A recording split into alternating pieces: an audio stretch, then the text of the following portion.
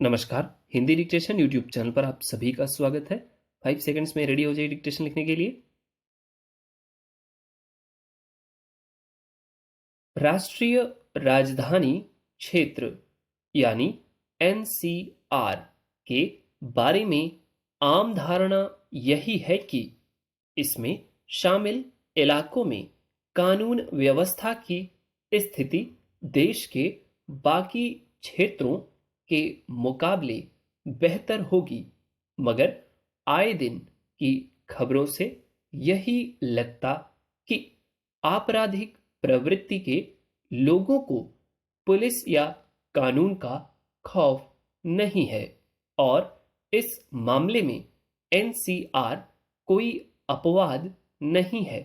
दिल्ली से सटे गुरुग्राम में एक मेट्रो स्टेशन के पास बुधवार को जिस तरह खून से लथपथ शव पड़ा मिला, उससे साफ है कि तकनीकी और व्यवस्थागत दृष्टि से उच्च मानकों वाला शहर माने जाने के बावजूद वहां भी अपराधी मानसिकता वाले लोग कानून की परवाह नहीं कर रहे। यूं अब पुलिस अन्य स्रोतों के साथ साथ सीसीटीवी फुटेज के जरिए हत्यारे का पता लगाने की कोशिश कर रही है, मगर इस संदर्भ में आई खबरों के मुताबिक मृतक के बेटे ने आरोप लगाया है कि मजदूरी के पैसे को लेकर उसके पिता का एक ठेकेदार से झगड़ा हुआ था और इस हत्या के पीछे उसी का हाथ है। किसी भी आपराधिक घटना के संदर्भ में पुलिस पहले प्राथमिक आशंकाओं और स्रोतों के आधार पर काम करती है, लेकिन इस मामले में किसी आरोपी को पकड़ने में पुलिस को अब तक कोई कामयाबी नहीं मिली है। सवाल है कि एक सुव्यवस्थित और उच्च तकनीकी शहर की पहचान रखने वाले गुरुग्राम में कानून व्यवस्था की स्थिति ऐसी क्यों है कि किसी मजदूर की पीट पीट कर हत्या करके कहीं फेंक दिया जाता है और पुलिस को उसका सुराग तलाशने में भी पूछताछ जैसे स्रोतों पर निर्भर रहना पड़ता है। आए दिन सरकार की ओर से दावे किए जाते हैं कि अपराधों को रोकने के लिए सीसीटीवी कैमरों से लेकर सभी उच्च तकनीकी सुविधाओं का सहारा लिया जाएगा।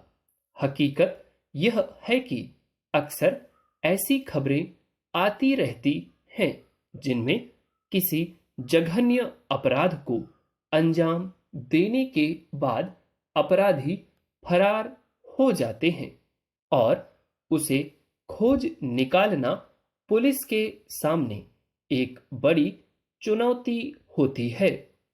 अगर मेहनताने के सवाल पर किसी मजदूर को पीट पीट कर मार डालने का आरोप सही पाया जाता है, तो इससे यह भी पता चलता है कि आपराधिक मनमानी और अपराध के हालात पर पुलिस का कोई नियंत्रण नहीं रह गया है। ऐसे में यह सवाल स्वाभाविक होगा कि मजदूरी मांगने पर ऐसा अपराध करने की हिम्मत किसी में कहां से आती है। कहने को गुरुग्राम में भी दिल्ली पुलिस की तर्ज पर अपराधों को कम करने के लिए विशेष दस्ते का गठन किया गया है, लेकिन वहां से आए दिन आपराधिक घटनाओं की जैसी खबरें आती रहती हैं, वे वहां की कानून व्यवस्था की स्थिति को एक तरह से आईना दिखाती हैं। आखिर क्या वजह है कि सिर्फ मजदूरी के सवाल पर देश के दूर दराज से रोजी रोटी की आस में आए किसी मजदूर की पीट कर हत्या कर देने का मामला सामने आता है और कानून व्यवस्था लाचार दिखती है?